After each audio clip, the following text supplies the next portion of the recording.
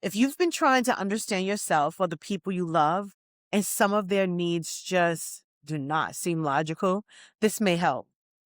Hi, I'm Lisa Freefeather, and I talk about centering oneself and understanding oneself to improve all of your relationships. Now, because sometimes the issue is not that someone is difficult, it's that they're emotionally wired differently.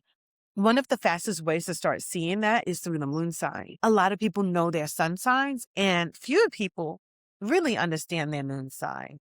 But the moon speaks to something more private. If you know your moon sign, go ahead and say you know your moon sign. And if you're brave, tell us what your moon sign is. Your moon sign really speaks to your emotional nature. It's how you self-soothe, how you nurture, and how you want to be nurtured. And that matters more than people think. We're not just talking about astrology as entertainment here. We're talking about patterns that show up in family life, dating, friendships, parenting, even something as simple as planning a vacation. Because one person may feel restored sitting near water, absolutely nothing. And another person may feel miserable doing that, but they come alive exploring a city, learning a history, or climbing something steep. Neither person is wrong. They are nourished differently. This is what I want to talk about today. A lot of emotionally sensitive people have spent years judging themselves on what they need, on judging other people because their needs do not match. And when you do not understand that emotional wiring, you can turn normal differences into unnecessary conflict. We have seen all versions of this. One person wants stillness, another wants movement. One person wants comfort, another wants stimulation, while another wants depth. But everyone wants options. And if you do not have language for those differences, you start calling people too much, too distant, too emotional, too impractical, too restless, right? But sometimes what you are actually seeing is emotional design. Now, before I go further, let me ground this. In astrology, the moon is associated with emotions, instinct, care, family, home, that inner sense of safety. The moon traditionally rules Cancer, and Cancer is connecting all with those themes of home, roots, family, and lineage.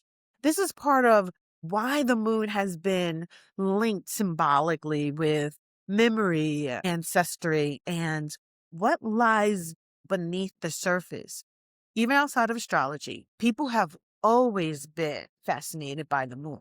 You'll even hear anecdotal stories from healthcare workers who say labor wards seem busier during full moons. Now, scientifically, they haven't proven this consistency, but the fascination remains because the moon clearly does affect the tides, rhythm, and cycles here on Earth. So for a lot of people, the moon becomes a useful language for understanding human rhythm and experiences. Um, and this is where it gets practical. Okay. In my experience, I've seen this time and time again in my own life and in the lives of others, that understanding how someone wants to be nurtured can clear up confusion fast. Not every disagreement is deep dysfunction. Sometimes it's just a mismatch of emotional styles. So let's make this simple and useful. If you think about the moon through the four elements, you start to see different ways people restore themselves emotionally. Now, as I go through these elements and how they show up for the moon, of course, you're going to see similarities if these represent your sun sign or your rising sign. Okay, we're a totality of our entire birth chart. Okay, so with that, let's start with water moons. They are Cancer, Scorpio, or Pisces. These people often feel nourished by emotional atmospheres. They may want softness, privacy, closeness, beauty, water, quiet, or a sense that they just want to be. So when it comes to vacation, a water moon may love a beach, a lake, or a spa, a slow retreat. They may want an ocean view or simply somewhere they can just exhale. They may not need to have a packed itinerary to feel fulfilled. For them, restoration may look like just simply feeling, not performing or achieving, but just feeling. All right. So now let's move on to earth moons. They are Taurus, Virgo, or Capricorn. These people often feel safe through groundedness, usefulness, quality, order, and a tangible experience. So, an earth moon may want the trip to make sense. They may enjoy excursions, architecture, history, like a local culture, good food, beautiful design, or something practical they can actually engage with. For them, rest does not always look doing nothing. Sometimes rest means being, anchored in something real. So if they're on vacation, they may want to explore the town, learn the story of the place, or do activities that make the trip feel worthwhile. All right, let's move on to fire moons. They are Aries, Leo, and Sagittarius. These people often feel alive through movement, adventure, fun, spontaneity, and expression. It just made me think of, anyway, yeah. A fire moon might toss out an earth moon's itinerary really quickly. So a fire moon, they want energy. They may want to try something new, something bold. They want to laugh. They want to dance. They want to move. They want to take the scenic route or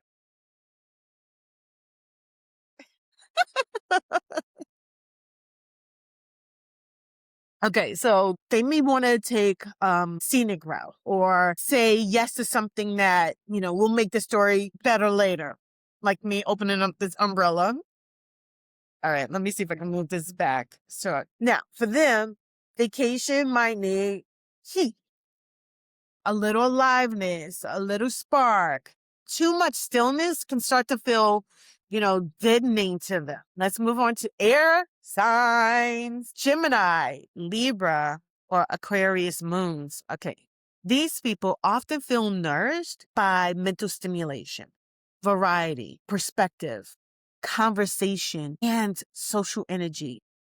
An air sign may love city trips, museums, cafes, design, people watching, cultural events, or a place where they could just simply think and wander and talk and discover. They may need room to breathe mentally. For them, emotional restoration is not always about getting deeper into feelings. Sometimes it's about space and ideas and movement in the mind.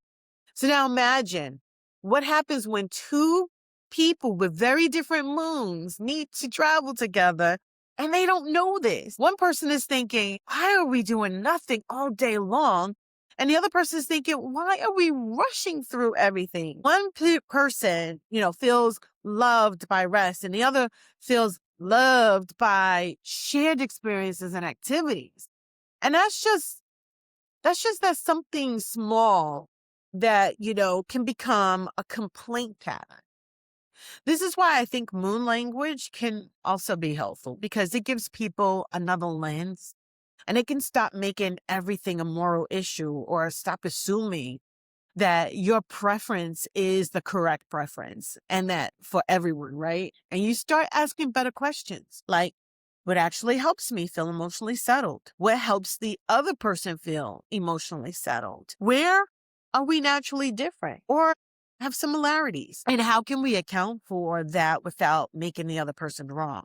That kind of understanding can also help in romantic relationships with children, with friendships, and even in business, especially if you are highly sensitive. Because if you're highly sensitive, your emotional environment matters. What restores you matters. What dreams you matters. And the more honest about that, the less time you waste trying to force yourself into someone else's rhythm. The moon can also show up in smaller ways. Some people get their best ideas in the shower.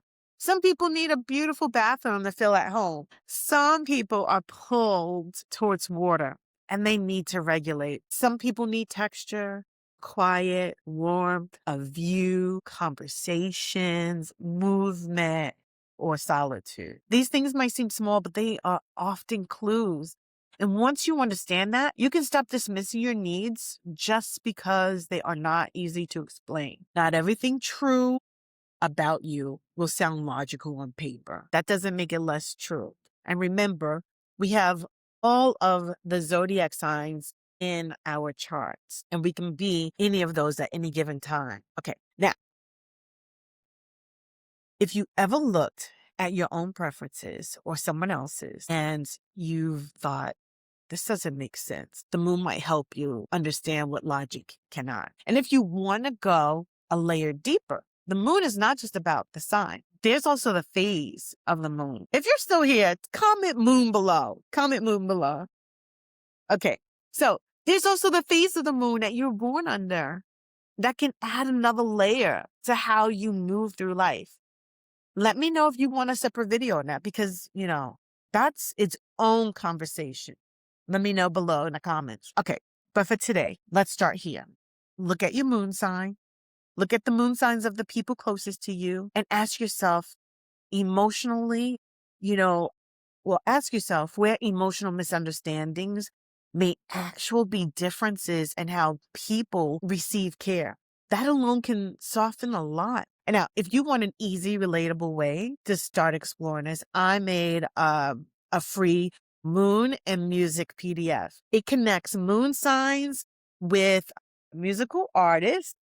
So you can start noticing resonance in music and make that connection. If you want to grab it, the link is below because clarity around your emotional nature can help you stop overthinking yourself and start thinking with how you actually are built. And that creates a lot more freedom. If this video has helped, I invite you to watch another video that I have posted here. And if you want a simple way to explore your moon energy, just grab the free moon music PDF and the link below. Thank you so much for watching. Mwah. Until the next time, take care.